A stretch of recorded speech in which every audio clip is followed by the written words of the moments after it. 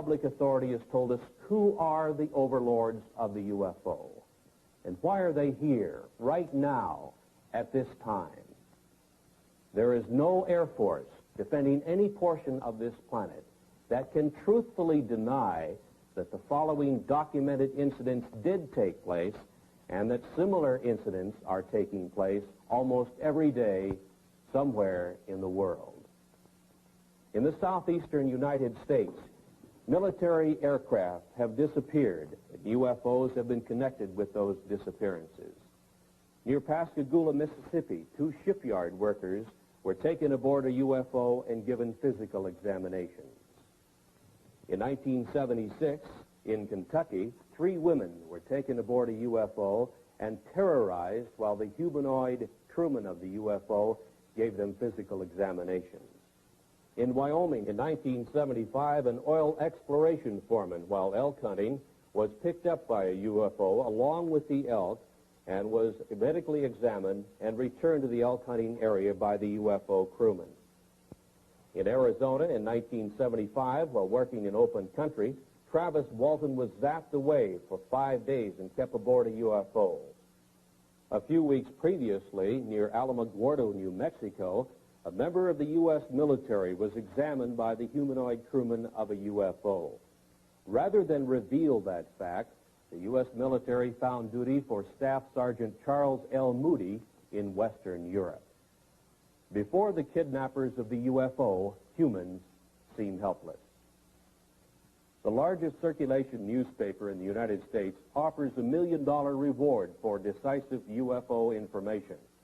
According to UFO contactees, this is what a UFO humanoid crewman looks like. This is the best UFO photograph in the world. The military took it years ago and kept it secret. NASA reveals its UFO policy. NASA astronauts have seen UFOs. You'll learn for the first time what the Air Force Academy teaches its cadet officers about the reality of the UFO. You'll learn UFO fact, not science fiction. In a surprise ending, you'll see the answers to this incredible worldwide UFO mystery. The origin of the alien intelligences who are the overlords of the UFO.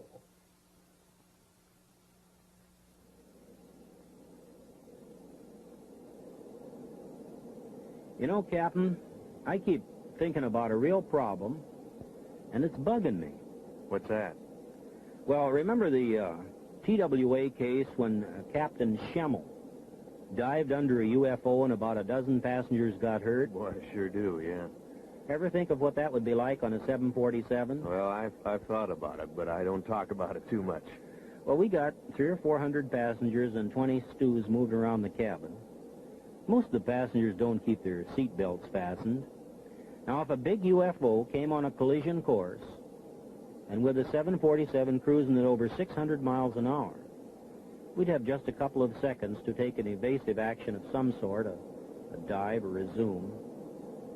300 people would be smashed around and a lot of them hurt. Some could be even killed. You couldn't tell what would happen in that cabin. Probably panic. Well, panic at the least, but, you know, even if you got control and got down okay, the airlines couldn't hide a thing like that. But the FAA doesn't want to hear about UFOs, and they don't tell us, that's for sure. Now, if we talk about UFOs to the news media, we somehow get blacklisted and our jobs are in jeopardy. As an airlines pilot, no matter how many UFOs I see in the air, I'm not telling anybody about it.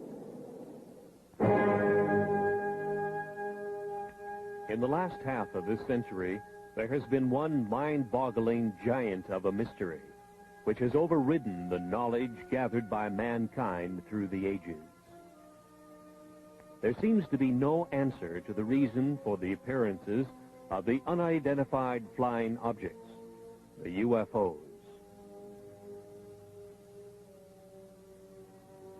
Public opinion pollster George Gallup reports that perhaps 15 million U.S. citizens, scientists, and other responsible observers have seen the so-called flying saucers, the UFOs. Who are the overlords of the UFO? What is their origin and their mission?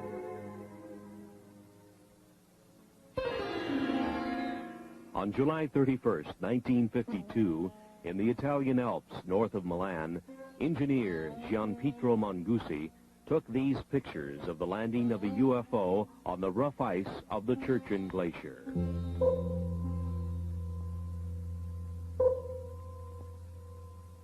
The UFO landing was only 3 minutes in duration.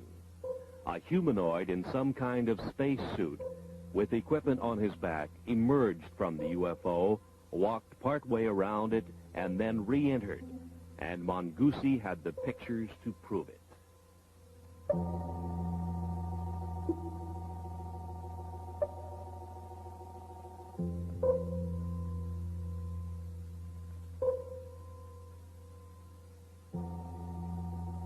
Verification of the origin of these photographs was made for the producers of this motion picture by a Swiss researcher and niece of psychiatrist Dr. Carl Gustav Jung, Miss Lou Zinstag.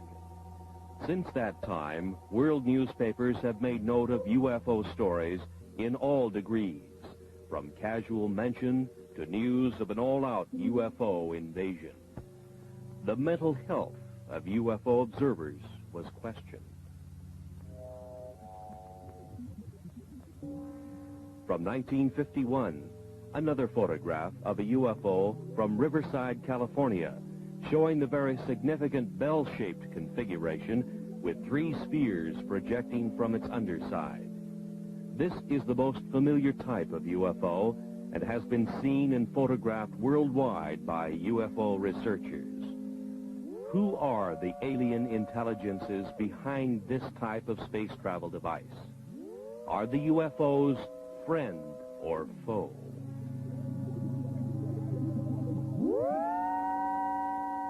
In 1973, another significant UFO picture shows not only the anti-gravity device operational, but also with it is a smaller degravitated sphere under the control of the alien intelligences of the UFO. Who are the overlords of the UFO?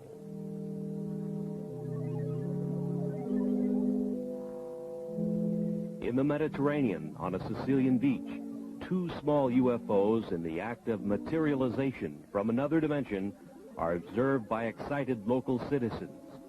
Materialization, a concept far beyond the understanding of modern science, but used by the alien intelligences of the UFO.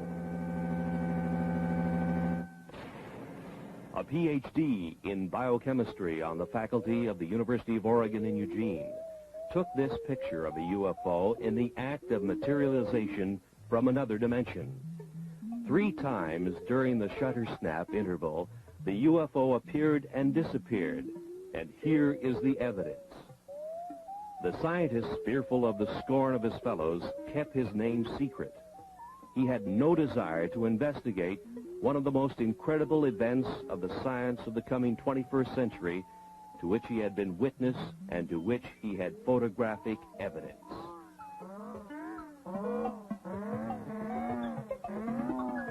Kidnappings have occurred of military jets, people, and automobiles full of people. The military is helpless, and so are the police departments of the world. Where is the origin of the UFOs? UFO Quebec carried this sketch of a UFO humanoid crewman with a map of the star system in the vicinity of Zeta Reticuli, many light years away. This was indicated to UFO contactees Betty and Barney Hill. Is it truth, or is it a cover-up story? 2 UFOs over San Francisco, similar to UFO surveillance stories and photographs to come from every major city in the world. Iron Curtain scientists have stated publicly their feeling not only that UFOs are real, but that they have the same type of experiences which match those published in the Western world.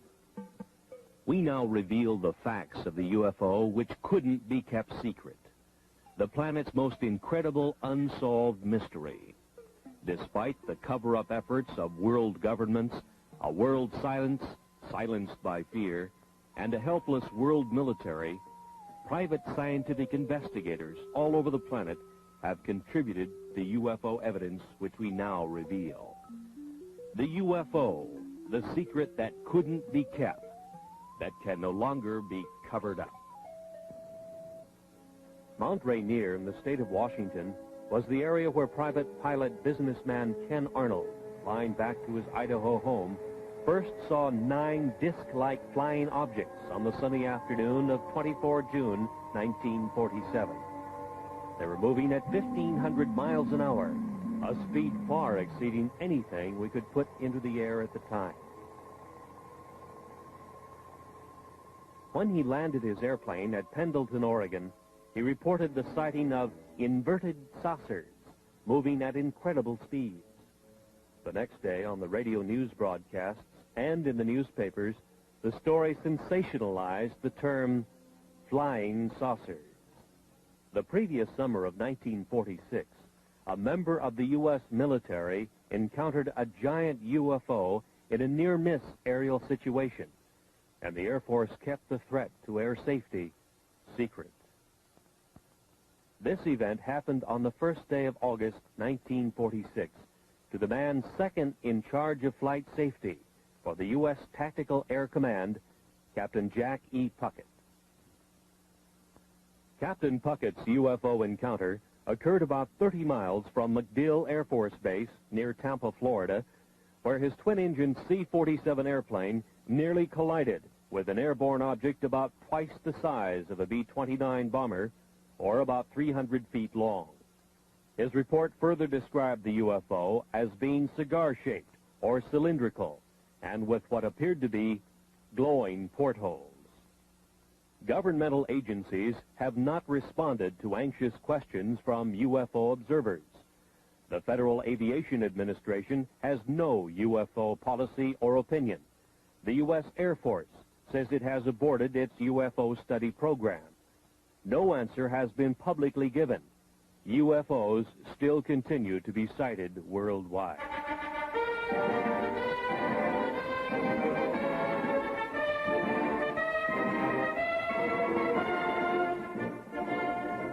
At the U.S. Air Force Academy in Colorado Springs, the cadets in training will become the officers who will police our airspace for the next crucial decades.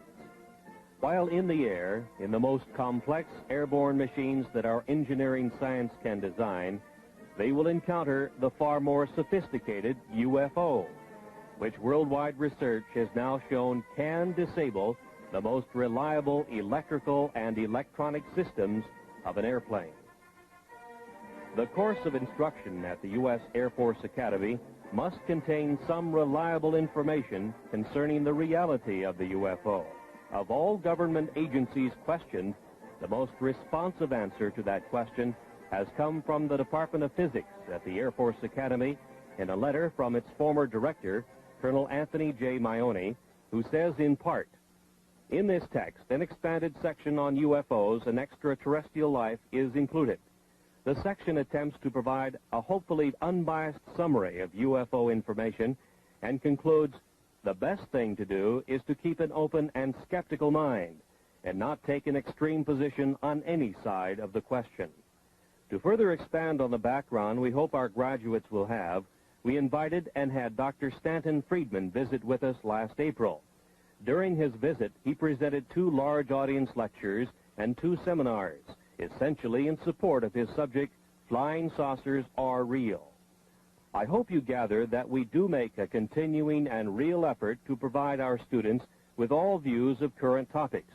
They are expected to come to their own mature conclusions based upon the broadest foundation of knowledge and information that we can provide. Yours truly, Anthony J. Maione, Colonel, United States Air Force, Professor and Head of the Department of Physics. He tells of the text, Introductory Space Science, and reveals exactly what the cadets at the Academy are being taught about UFOs today.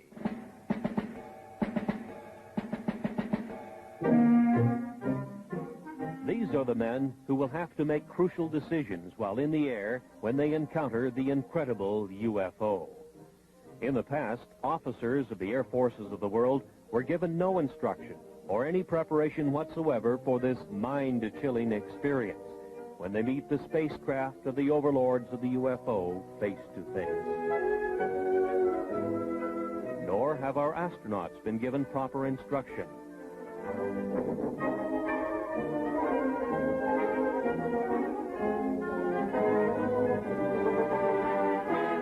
From Introductory Space Science, Volume 2, page 466. We should not deny the possibility of alien control of UFOs on the basis of preconceived notions not established as related to the UFO. Our physics may not apply. From available information, the UFO phenomenon appears to have been global in nature for almost 50,000 years. Known witnesses have been reliable people. This leaves us with the possibility of alien-controlled UFOs by visitors to this planet from this solar system or other solar systems.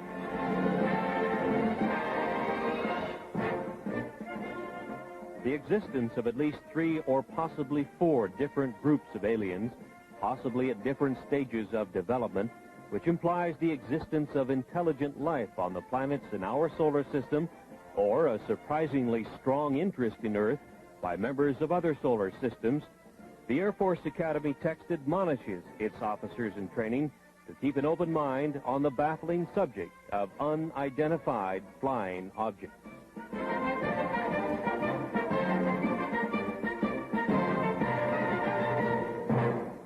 Maybe it's the honeymoon capital of this corner of the galaxy. Maybe the lecturer selected by the U.S. Air Force Academy to establish for their officers in training that flying saucers are real was Stenton Friedman. He had been appearing on the lecture circuit in various U.S. colleges as a UFO analyst with a high level of scientific training. Friedman's academic background includes a bachelor's and master's degree in nuclear physics from the University of Chicago. His employment background included much high-level work in space science in the area of fusion rocket research and nuclear-powered aircraft. He was 14 years with such aerospace contractors as TRW Systems, Westinghouse, and General Electric.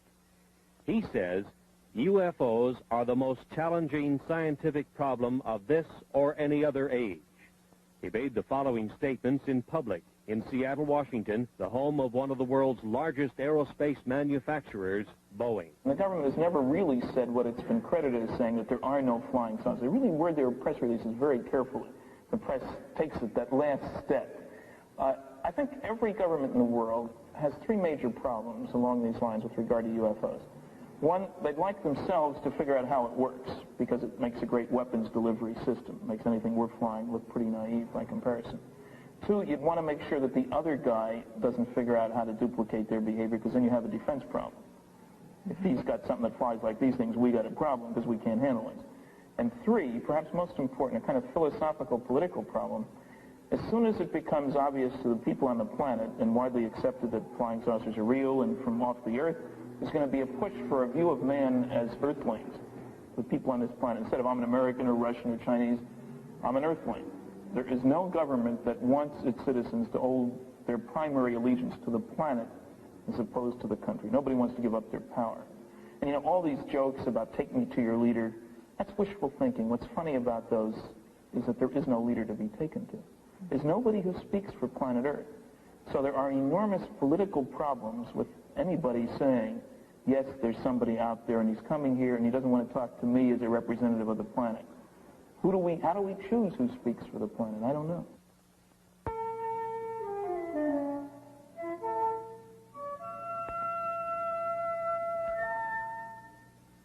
Since the 1950s, it has been easy to point to the millions of suns in space and speculate that somewhere out there is the home of the UFO.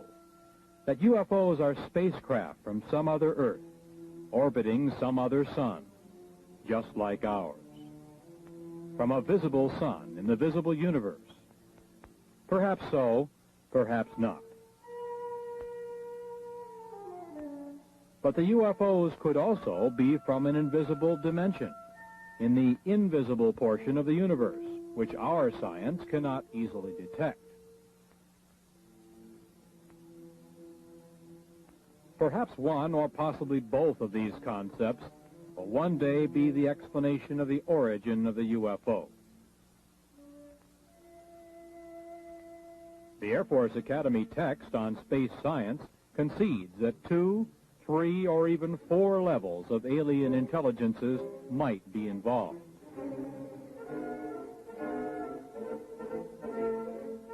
NASA at the Johnson Space Flight Center near Houston, Texas, only concerns itself with the visible universe, with aerospace contracts administering the manufacturing of visible metal vehicles, making visibly televised trips in the Earth-Moon area, and with probes within the solar system by unmanned devices.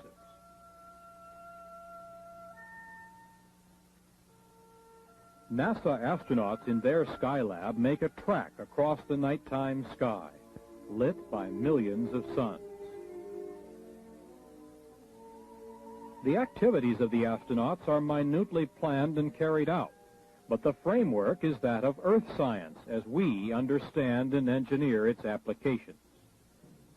There seems little room for productive scientific speculation, perhaps because of the $38 billion NASA space budget, which is highly criticized in many quarters.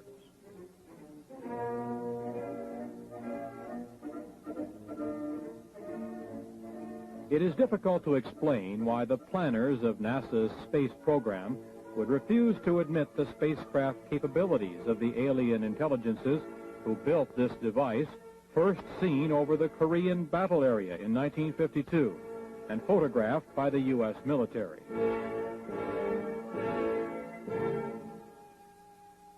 This picture was available to NASA. Obviously, it is not a picture of anything manufactured by humans on this Earth.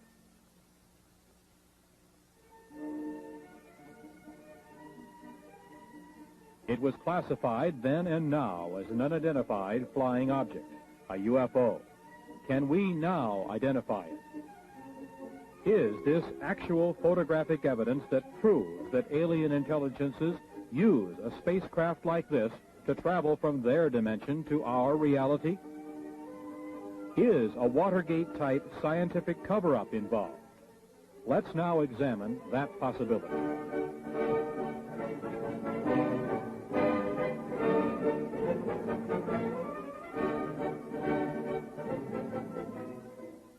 NASA first had warnings of UFOs from the pilots of its own X-15 project. The X-15 is a rocket-powered airplane which is launched high over the desert test area in California. The B-29 bomber is the launch vehicle which takes off, flies to its highest possible altitude, and then launches the little rocket-powered airplane. The test pilot gives it power, and the airplane goes through its maneuvers. Various complex engineering problems are worked out by such testing. And the engineering flight test pilot is one busy man.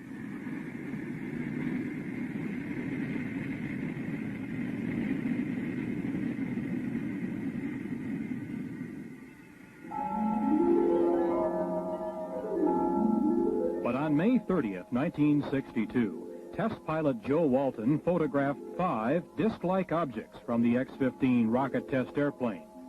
The UFOs were very similar to the disc-like objects seen over Mount Rainier 15 years earlier by Ken Arnold. NASA made no public mention of what the discs were, their origin, or any scientific speculation whatsoever about this observance of their X-15 project by intelligences of the UFO. On July 17th of that same year, this time at an altitude of about 58 miles, test pilot Bob White noted that he had UFO company and photographed unexplained objects even closer to his X-15.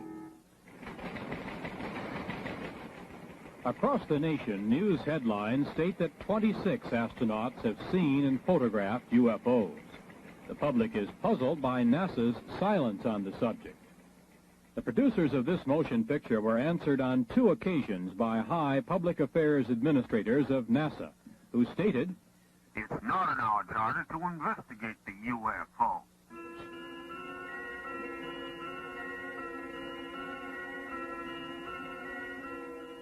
Inside the Skylab in zero gravity, the astronauts go through the day and night with their every minute carefully scheduled.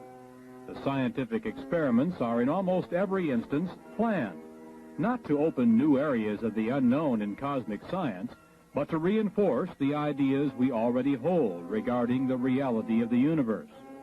Planners have left no time or leeway in which the UFO can be postulated, thought about, or examined.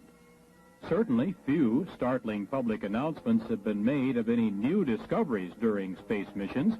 No new theories have been advanced. Astronaut Jack Lausma in Skylab 3 saw a glowing red object making its way across a field of his vision. He photographed it from his little planetoid in space, the NASA Skylab. It could have been explained as a meteor glowing red in space, except that there is no atmosphere in space whose friction could heat a meteor to a red glow. Was it a UFO observing Skylab? NASA remains silent.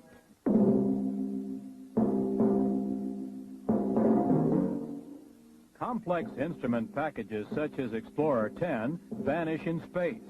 Launched on the 25th of March, 1961, it disappeared, although its life expectancy was over 100 years.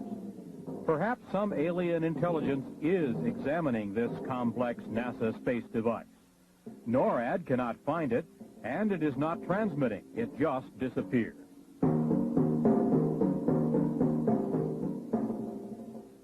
What is the photographic evidence that UFOs are watching our every space move? Why is it so hard for the project managers of NASA to accept the reality of the UFO? Is there a high-level scientific cover-up? And if so, why? Governments are charged with upholding the law, and no law on Earth is more basic than the law of gravity. No wonder the obvious anti-gravity capability of the UFO makes governments uncomfortable. Bravely, some astronauts have stated that they believe in the reality of the UFO and the capability of the UFO to defy gravity while our giant rockets consume enormous amounts of fuel, putting a simple space capsule or Skylab in orbit.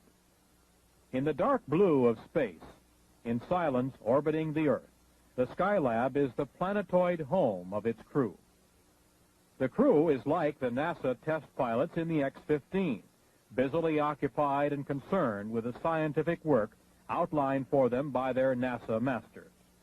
Life support in Earth orbit is a scientific victory in itself and a major achievement for Earthlings. But outside alien intelligences are again observing the progress of man from Earth.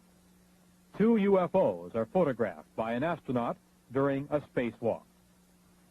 The hatch is open. The astronaut is working his problem. Again, 2 UFOs flit by. Just moving lights, something that could be easily ignored unless we obtained other pictures and other explanations. Actual pictures which could identify the UFO as a solid object with a mission and under intelligent control.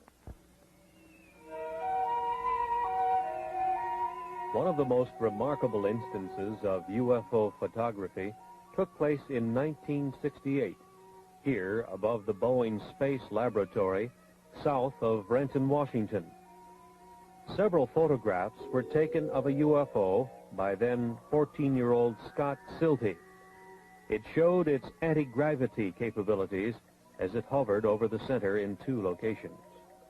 His efforts produced probably the only detailed shots of a UFO materializing to show configuration and portholes.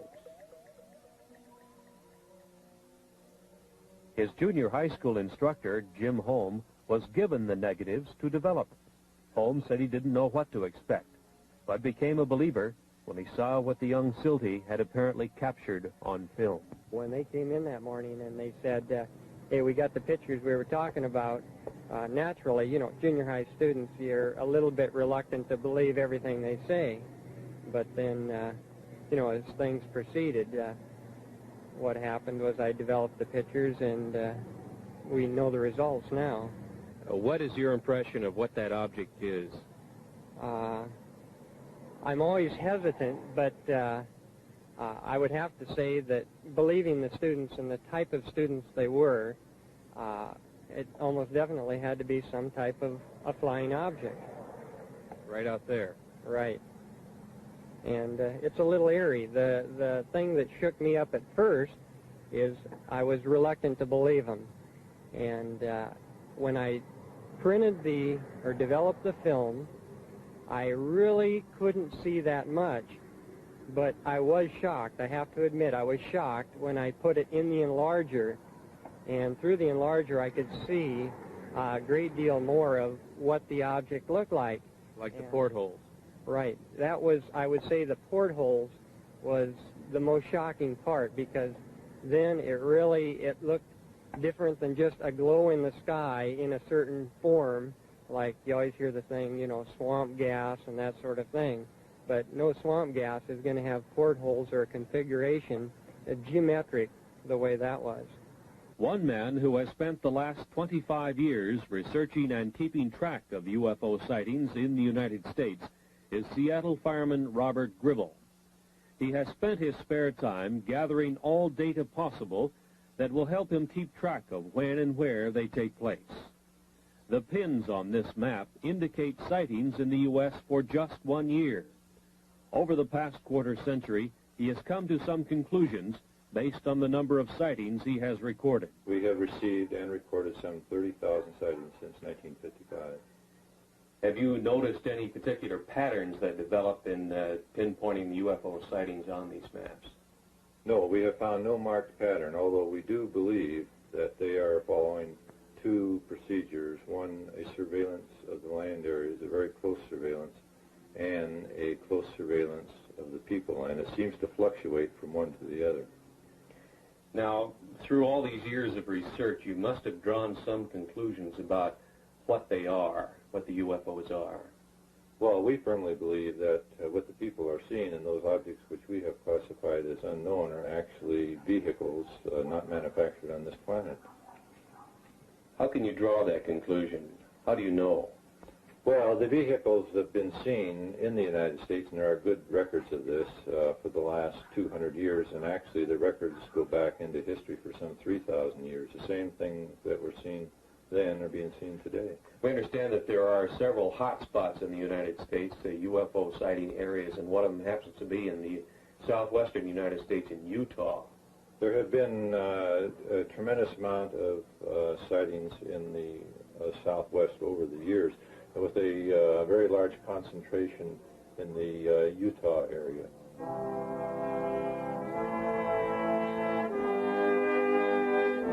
The Canadian UFO Report was one of the initial UFO publications to headline the story of the possibility that much of the early Mormon history tells of a contact with an alien intelligence, the angel Moroni. It opens the possibility that the founder of Mormonism, their prophet Joseph Smith, may have been one of the greatest of UFO contactees. Dr. Frank D. Salisbury, on the faculty of the State University of Utah in Logan, and himself a Mormon, does not doubt that possibility. He has stated publicly that he believes that his UFO study has established the probability that the Earth is being visited by UFOs that seem to be using the isolated area of eastern Utah as an Earth base. In March of 1975, a national tabloid newspaper circulated the following story of a UFO kidnapping. The producers of this motion picture interviewed Carl Higdon, who furnished the artist's conception of the android crewman from the UFO who kidnapped him and took him aboard the UFO to elsewhere. Higdon was given a physical examination in a tower by a huge TV-like eye, rejected, and was returned to the elk hunting area in Wyoming, where he was picked up. While on his 8-hour UFO trip, he encountered a teenage boy, 2 young girls, and a man in his 60s, also guests of the UFO intelligences. Upon his return, he suffered radiation symptoms with itching skin and burning eyes. Area Sheriff Ogburn and his deputy Ed Tierney investigated the incident. So did Dr. Leo Sprinkle of the University of Wyoming, who gives us this professional opinion as to the truth of this verified UFO kidnapping. To whom it may concern, my impression of Carl Higdon is that he's a man of integrity with average education, but a keen sense of curiosity about the world around him. He's an outdoors man and seems to have developed good skills of estimating size and distance. Although the sighting of a single UFO witness often is difficult to evaluate, the indirect evidence supports the tentative conclusion that Carl Higdon is reporting sincerely the events that he experienced. Hopefully, further statements from other persons can be obtained to support the basic statement. Respectfully submitted by R. Leo Sprinkle, Ph.D., the University of Wyoming in Laramie.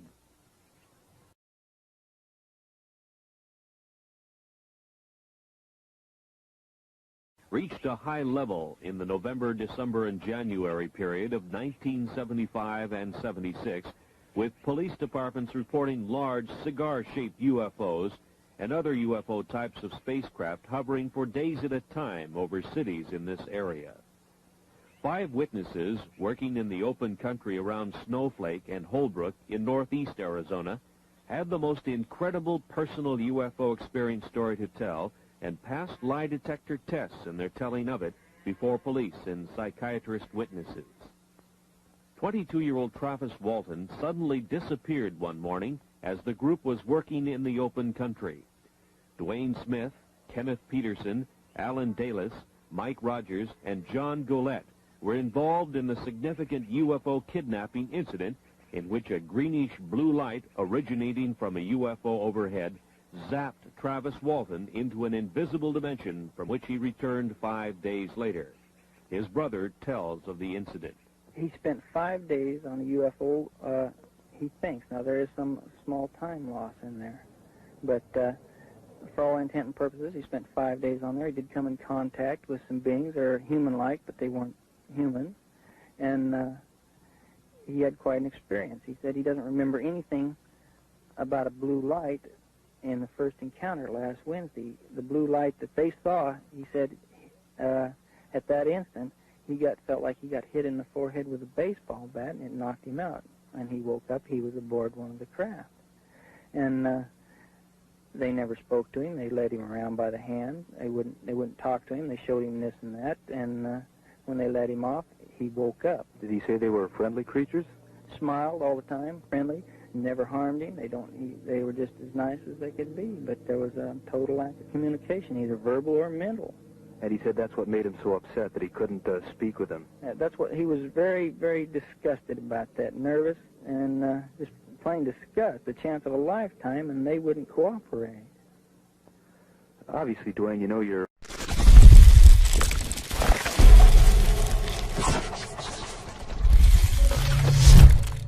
own brother probably better than anybody else. Do you believe the story?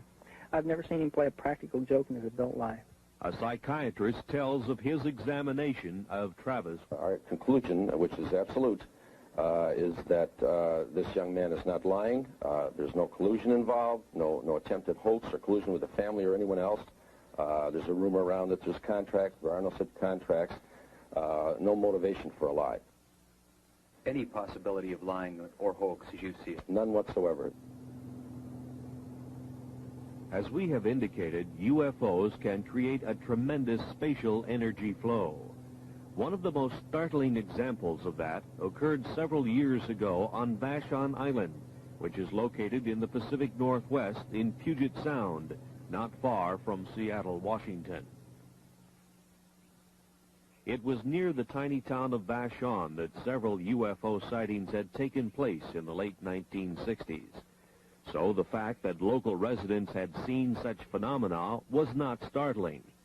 But the fact surrounding one of the incidents was unusual, to say the least. So it was out in that area? On the night of the 19th of February, 1968, Detective Lieutenant Terry Allman was dispatched to an old gravel pit area west of town. Some young people had seen a UFO, and the King County Sheriff's Office was sent to investigate. The temperature was 50 degrees. Allman tells of what he saw. Well, there was a lot of ice. It really had no reason to actually be there. It wasn't that cold out. And did it have a certain consistency or something unusual about it? Well, it was 1.5 inches thick and was rather milky and bubbled. Mm-hmm. And what was the impression that you had, or why did you have the impression that it was some strange phenomenon that created this?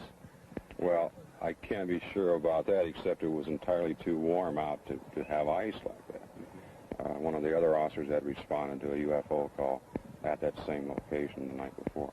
The UFO energy flow had apparently left a solid sheet of ice as it supercooled the area below the UFO as it took off.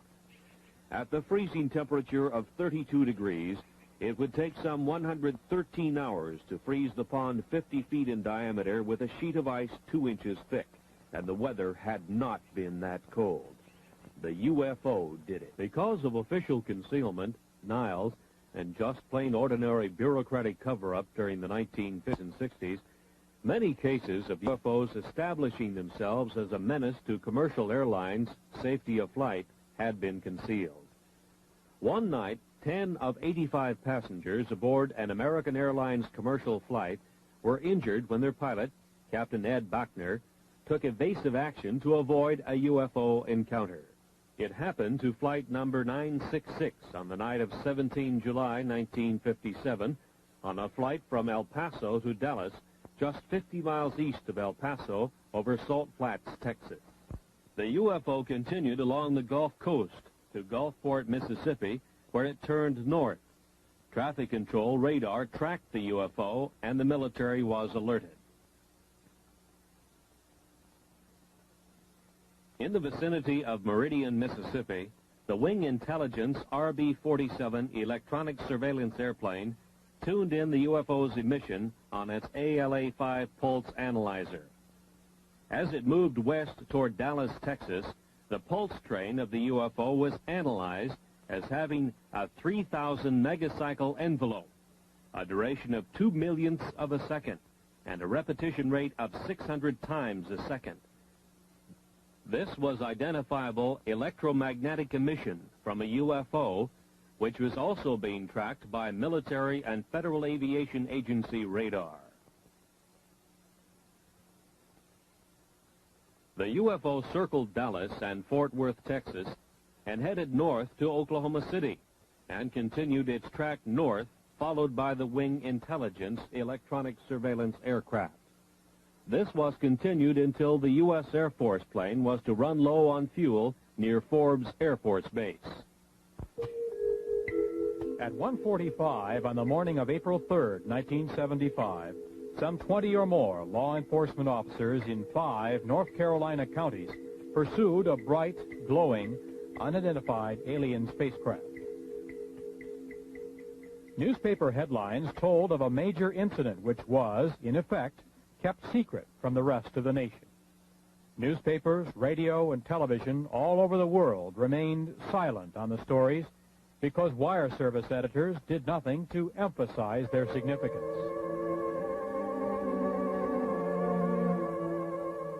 From police descriptions, the artist has been able to draw the lighted V-shaped UFO which appeared.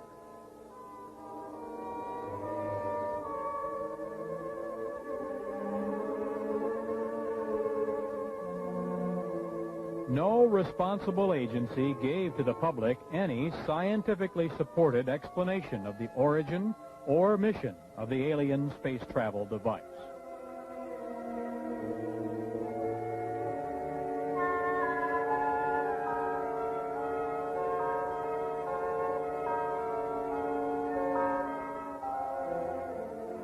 The story was much the same 2.5 years earlier in Pascagoula, Mississippi.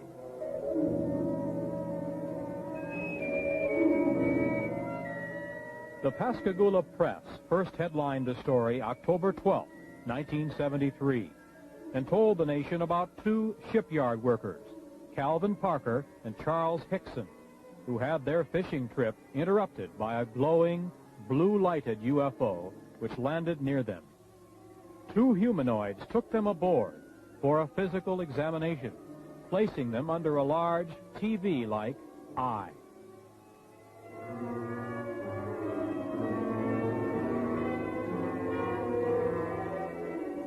Scientists were quoted as saying that the UFO report was true. NASA was supposed to probe, but didn't. Federal agencies were asked to investigate, but didn't.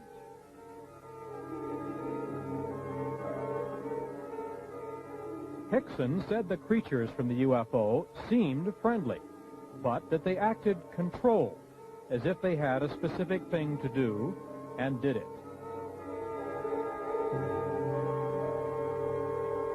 They were about 5 feet high, pale and ghost-like, with crab-like hands and rounded feet. As Hickson and Parker were taken aboard, they suddenly began to float on air, became weightless, and totally helpless.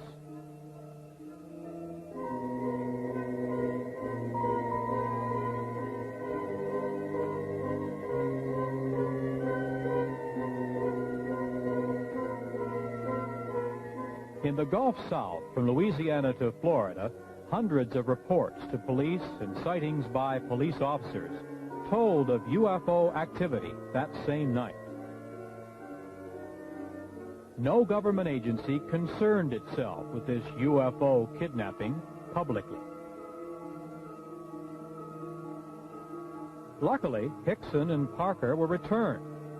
But what of the kidnapped victims of the UFO intelligences who are not returned? Are the UFOs friend or foe? Or are they conducting a project in which humans become nothing more than guinea pigs? This is serious speculation. Kidnapped victims seem to end up on a missing persons list, and no agency on Earth can locate them. The alien intelligences of the UFO are from somewhere, either in our dimension or from another dimension, which is difficult for anyone to detect. Misunderstanding the complete dominance of man by the UFO intelligences led the city fathers of Ocean Springs on the Gulf Coast to seriously decide to solve the problem by passing a law prohibiting the landing of UFOs in that area. Alderman William F. Dale, Jr. thought the local police should be able to handle it. It almost became a law, but the mayor of Ocean Springs, Tom Stennis, broke the tie vote. He said, "Let's make them welcome."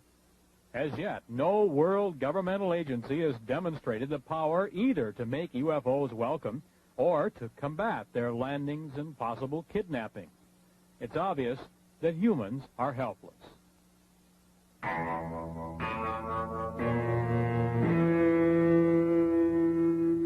Since 1966, the very competent scientific analysts of the British publication The Flying Saucer Review have been assembling all available information about alien intelligences who have made repeated UFO landings in the high Pyrenees Mountains between France and Spain.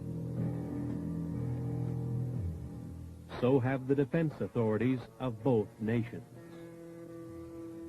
The UMO intelligences claim they come from what we know as Star System Wolf 424, some 14.6 light years from Earth, 90 trillion miles.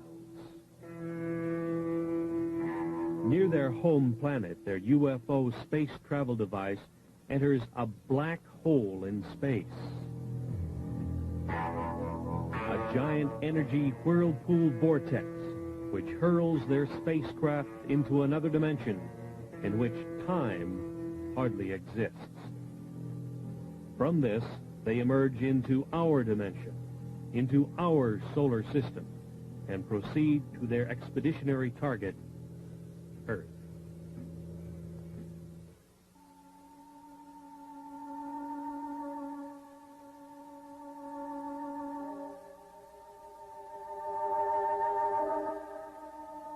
Later, the UMOs were to tell the European investigators that the universe was at least a 10-dimension unity. Perhaps even more, they were not certain. But they knew of and used at least 10 dimensions of reality. Each reality was separate from each of the others. Each of the 10 realities had its own rules of energy manipulation. Even though there were 10 dimensions which were open to space travel, reckless energy misuse in one dimension can disturb the cosmic unity of another dimension and its inhabitants. Telepathy is used to receive knowledge during space travel. The mind, said the UMOs in the quiet areas of space, is especially open to pure cosmic knowledge received by telepathy. Any mentality can receive and benefit from knowledge received by telepathy. The more telepathic ability is exercised, the more valuable it becomes, the UMOs learned, as they learned many of the high scientific secrets of the solar systems they traveled through in their space exploration projects. Target Earth was to be another of their cosmic projects. The UMOs first learned of the planet Earth, with inhabitants of some intelligence, in the Earth year 1950. They landed and left 8 of their males and females in the area which had high mountains between France and Spain. Since that time, they have studied the new planet and the method of mental understanding used by its inhabitants. They found Earth science could not account for cosmic beings like themselves. They have carefully made themselves known to certain people of France and Spain, about 30 in all. They have tried to understand the limitations which exist in the mind of man. They find human knowledge inadequate and much inferior to the cosmic understanding, which permits space voyages between the UMO position in the universe and the Earth.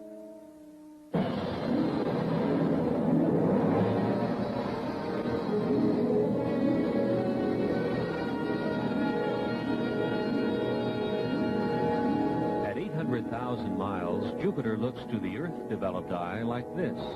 To the UMO, perhaps different. Jupiter's moon, Ganymede, is some 8,000 miles away and moves in its orbit. Its diameter, 3,000 miles. The UMO intelligences took a heat measurement of the Jupiter hotspot. They compared the measurements to that of the surface of their sun and found it about the same. The other Jupiter moons were identified: Europa, Amalthea, Callisto, as they were named by Earth astronomers.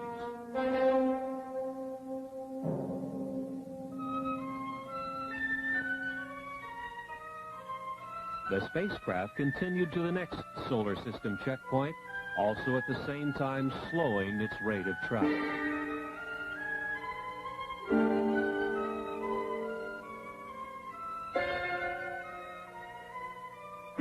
Saturn was identified with its strange moon, Titan. Titan rolled along the equatorial plane of Saturn like a wheel on a road. The UMOs identified its atmosphere, methane. In the vicinity of Saturn, they tuned to the history and the totality of knowledge of the solar system, accumulated since the time the sun was born. Knowledge lost, and knowledge still used, and knowledge to be rediscovered. It was from this Saturn knowledge store that the UMO intelligences learned of humankind's achievements and failures. They learned, too, of the state of development of the plant and animal life and all details of Earth and the other planets. They continued their journey past Saturn, its bright rings shining a dark space blue in the Titan sky.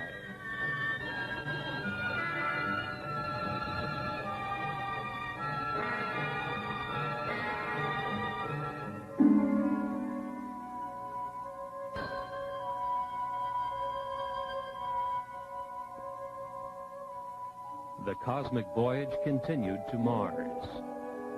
A close look at Mars revealed snow at the base of its mountains of Mitchell. On Mars, with its thin atmosphere and low water vapor content, the snow behaves differently than on mountain peaks on Earth.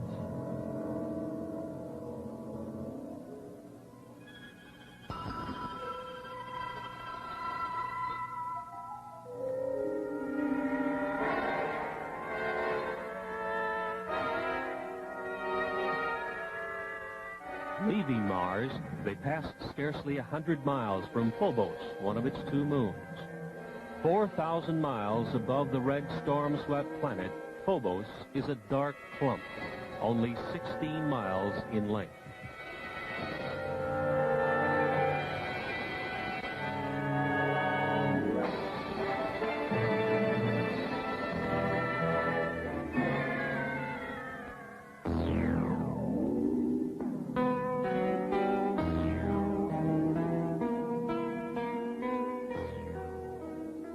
The final checkpoint of the cosmic voyage brought a strange and beautiful sight.